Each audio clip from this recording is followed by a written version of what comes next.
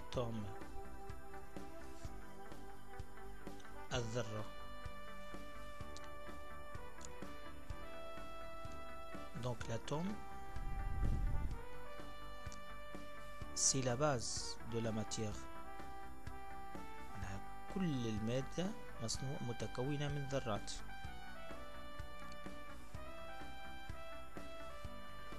مما تتكون الذرة.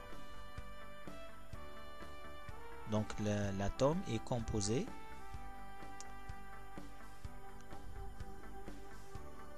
d'un noyau, نواة, qui contient des charges positives, et toujours le noyau contient des charges positives. D'accord? Et il y a alentour du noyau, il y a ce qu'on appelle des électrons. Les électrons portent des charges négatives. Donc, le noyau contient, on a dit, des charges positives. Il y a des électrons qui tournent autour du noyau et qui portent des charges négatives. Les noyaux se déplacent avec une très grande vitesse et n'a pas de trajectoire bien déterminée. C'est-à-dire, c'est une trajectoire complexe avec un mouvement très rapide. Donc, si on fait une photo, comme si on a un nuage, كأنه سحاب يتكون. الإلكترونات تدور حول النواة بسرعة كبيرة إلى درجة أنه يظهر كأنه سحب. Donc c'est le nuage, ce qu'on appelle le nuage électronique. تقول لي الشحنة هذه قديش الفالور متاعها؟ نقول لك si on a une charge positive dans le noyau تتسمى E. كل charge positive, chaque charge positive هي plus 1,6 fois 10 à la puissance moins 19. Quelle est l'unité? C'est coulomb. C'est l'unité de la charge, coulomb. باهي كل charge positive هي تحمل une charge E, ce qu'on appelle la charge élémentaire. وثم في بعض الكتب نكتبها QE اللي هي 1,6 10 à la puissance moins 19. باهي maintenant pour la charge négative d'un électron. L'électron, il porte une charge négative, que ce soit نكتبها هكا QE moins. D'accord? C'est moins la charge élémentaire, c'est-à-dire moins la charge positive, qui est égale à moins 1,6 10 à la fois 10 à la puissance moins 19 coulombs.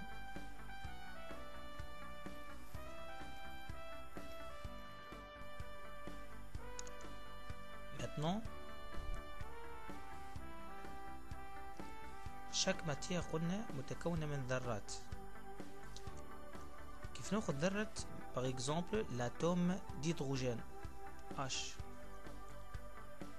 H هذه نسميه le symbole de l'atome. يعني كل ذرة عندها symbole. كيفاش نكتبها؟ L'atome d'oxygène par exemple c'est O. L'atome de fer Fe. Fe. L'atome d'aluminium Al. L'atome de cuivre Cu.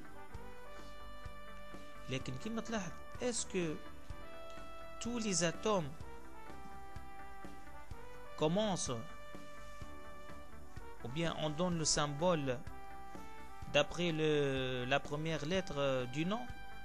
l'hydrogène H. l'oxygène O, les cuivres Cu, l'aluminium Al, Fe le fer. لكن هل أنه كل les symboles ناخذ الحرف الأول من كل اسم؟ non. ماهوش صحيح. Par exemple, le sodium, normalement on commence avec S, non? On commence avec N, Na.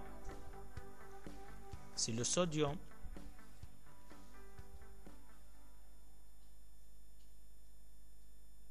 Ben. Maintenant, est-ce que tous les atomes ont la même taille لأنهم عندهم نفس الحجم les atomes الكل؟ لا. Donc chaque atome a sa propre, bien son propre masse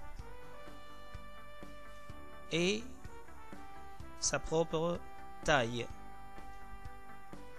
يعني الحجم يختلف من atome إلى أخرى.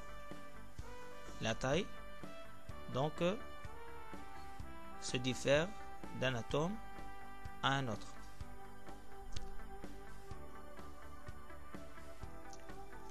Maintenant, est-ce que tous les atomes contiennent le même nombre d'électrons et le même nombre de charges positives à l'intérieur du noyau? Ah non. Donc, chaque atome a sa propriété. Chaque atome a un nombre bien déterminé, عنده عدد محدد من les électrons qui tournent autour du noyau ou من les charges positives qui sont à l'intérieur du noyau. Prenons مثلا l'exemple de l'atome d'hydrogène اللي هو من أصغر أنواع الذرات. L'atome d'hydrogène, qu'est-ce qu'il contient? Il y a un électron qui tourne autour du noyau. Et dans le noyau, il y a une seule charge positive. Donc une charge positive, ça c'est l'atome d'hydrogène. Une seule charge positive, il y a un seul électron. De telle façon, la charge positive, il y a E égale 1,6 10 à puissance moins 19 coulombs, ou la charge négative, d'un électron, moins 1,6 10 à puissance moins 19 coulombs. Quelle est maintenant la charge de l'atome d'hydrogène? لو كان نحسب الشحنة الكلية للاتوم d'hydrogène, نقول لك plus 1,6 moins 1,6, donc c'est 0. Donc la charge totale de l'atome égale à 0. والقاعدة هذه elle est valable pour tous les atomes. Pour tous les atomes. أي ذرة مادامها atome, donc on a le nombre de charges positives à l'intérieur du noyau égale le nombre de charges négatives qui tournent autour du noyau اللي هما le nombre des électrons. خاطر كي نقول لك une charge négative تعني un électron. Prenons un exemple, un autre exemple. L'atome d'oxygène. Voilà ici l'atome d'oxygène. Donc on a dans le noyau, il y a 8 charges positives. Donc 1, 2, 3, 4, 5, 6, 7 et 8. Puisqu'on a 8 charges positives à l'intérieur du noyau, donc obligatoirement بالضرورة باش يكون عندنا 8 charges négatives qui tournent autour du noyau. Donc 4, 6 et 8. Bien sûr, les charges négatives sont les électrons. Électronettes, les électrons. D'accord? Donc on a 8 charges positives et 8 charges négatives. معناها كان نقول لك لو كان نقول لك quelle est la charge du noyau, la charge électrique du noyau. تقول لي la charge du noyau c'est une charge positive. on a 8 charges positives où chaque charge positive متمثلة في 1,6 10 à la puissance moins 19. تقول لي la charge du noyau, charge Q du noyau, نقول لك هي 8 fois E اللي هي la charge élémentaire اللي هي égale 8 fois 1,6 10 à la puissance moins 19 coulombs. Bien sûr, lors du calcul, tu as le calcul, tu as 8 fois 1,6 هذيك تعملها بالكالكولاتريس وتخلي على راحة هذيك 10 puissance moins 19 coulombs تقعد على راحة. D'accord? لو كان نقول لك نجم نسألك quelle est la charge des électrons qui tournent autour du noyau? تقول لي puisqu'on a 8 charges négatives, la charge des électrons Q des électrons c'est égal 8 fois moins 1,6 10 à la puissance moins 19.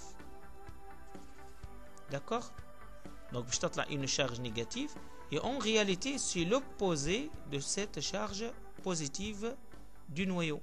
De telle façon on a 8 charges positives 8 charges négatives, donc عبارة باش تقول لي plus E moins E plus E moins E 8 fois, donc à la fin la charge totale نوصل في الآخر la charge Q de l'atome d'oxygène c'est égal à 0. Donc la charge totale de l'atome d'oxygène c'est égal à 0.